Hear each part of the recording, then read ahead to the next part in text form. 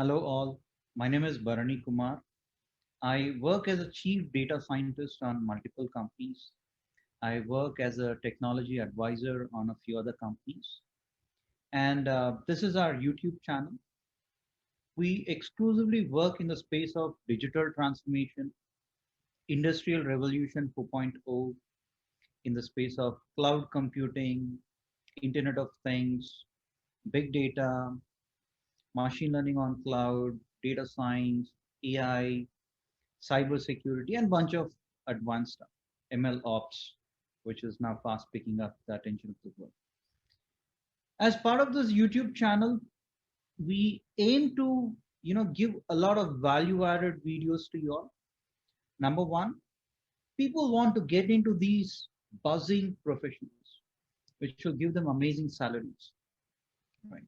So I'm going to share a lot of interview tips and tricks, a lot of interview questions, and then answers with a brief explanation.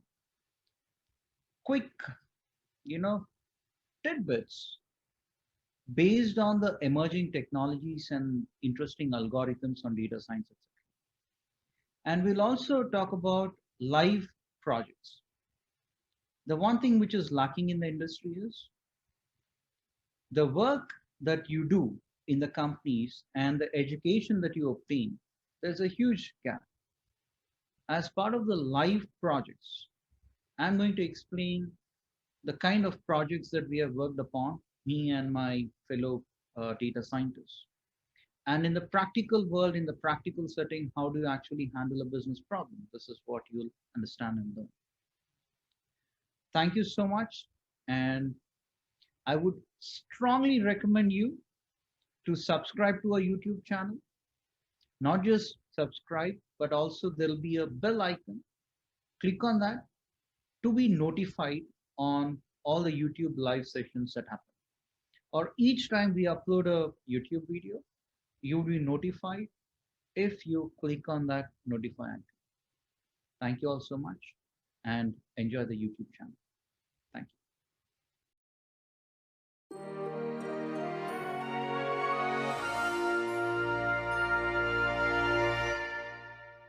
There is also data collection with respect to performing experiments. For example, what will be the effect of fertilizer A, B, C on the yield of the crop? Say you want to compare that. You cannot ideally say, let me try fertilizer A for 6 months. For the next 6 months, let me try fertilizer B. And for the next 6 months, let me try fertilizer C. It'll be costly. You need to wait for 1.5 years, or even if you do parallelly 6 months, right? Scientists experimenting this also consider soil types: clay soil, silt, sandy soil. Now, clay soil, fertilizer A, B, C on that. Silt soil, fertilizer A, B, C on that. Sandy soil, fertilizer A, B, C on that. Now you compare the fertilizer effects based on soil type. Very tough, right? And for each soil type, the scientist chooses 5 representative equal sized plots.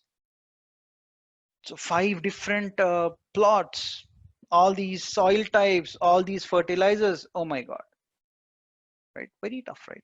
Then the scientist assigns each fertilizer to each of the equally sized plot randomly.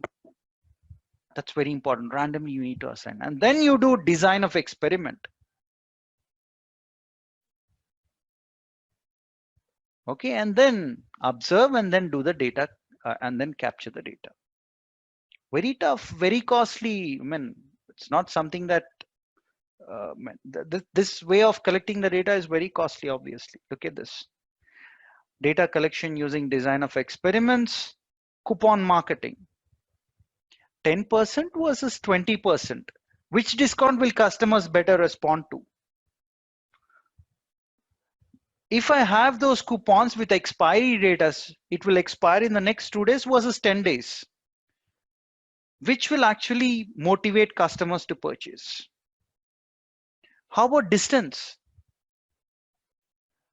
I have 10% discount, which will expire in 2 days. I'm doing that in the radius of 2 kilometers. All the customers in the radius of 2 kilometers can see this, assume, or 5 kilometers.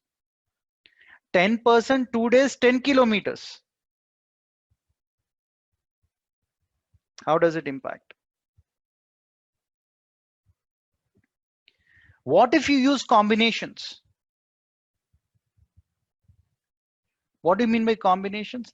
20%, 2 days, 10 kilometers. Will it be more effective than 10%, 2 days, 5 kilometers? Wow, right? 10% discount, 2 kilometers, or 12% discount, 3 kilometers. Which one should I use? Data, data, and data. You need data, right? So, what are the factors which impact? Right? If you're thinking, I mean, many things are related to this, right? If you're Zomato or Swiggy or one of those companies, then should you send that coupon of 10%, this coupon of 10%, which will expire in 2 days, in 5 kilometers radius, for a non-veg or veg? Or should you target it for cuisine, Mediterranean or Western or whatever, be it, or Chinese, right? And should you target those on Monday or Tuesday or Wednesday, or on weekdays or weekends? And at what time of the day? You will just go mad, right? I mean, it's too taxing to even think that you have to conduct experiments with all these combinations.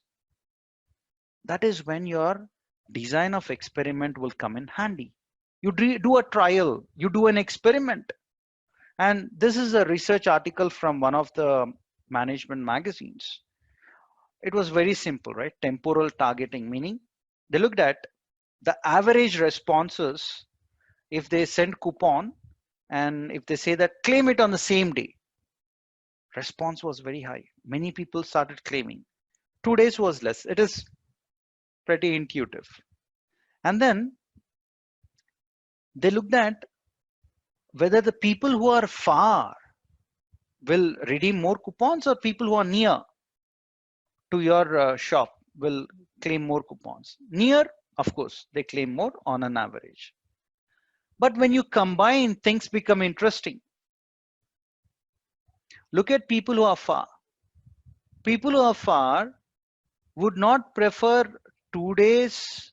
I mean, if a coupon is going to expire in 2 days or on the same day, but rather they prefer something which will expire in one day. Oh, I see. People who are near you and medium on the same day. But if you look at this, either give same day or give 2 day prior. I mean, coupon will expire in 2 days.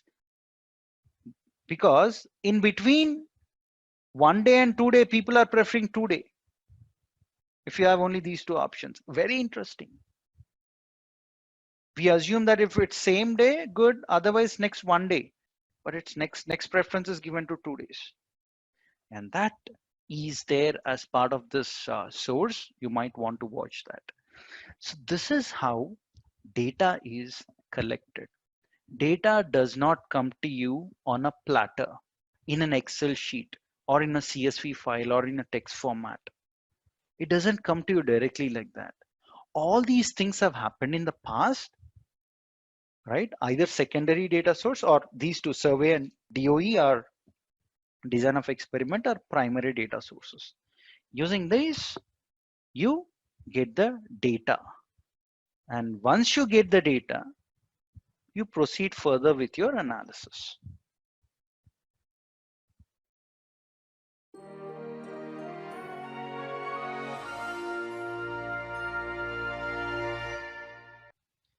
Please subscribe to our YouTube channel and click on the bell icon to be able to scale up your career in a big way. All the best for your future.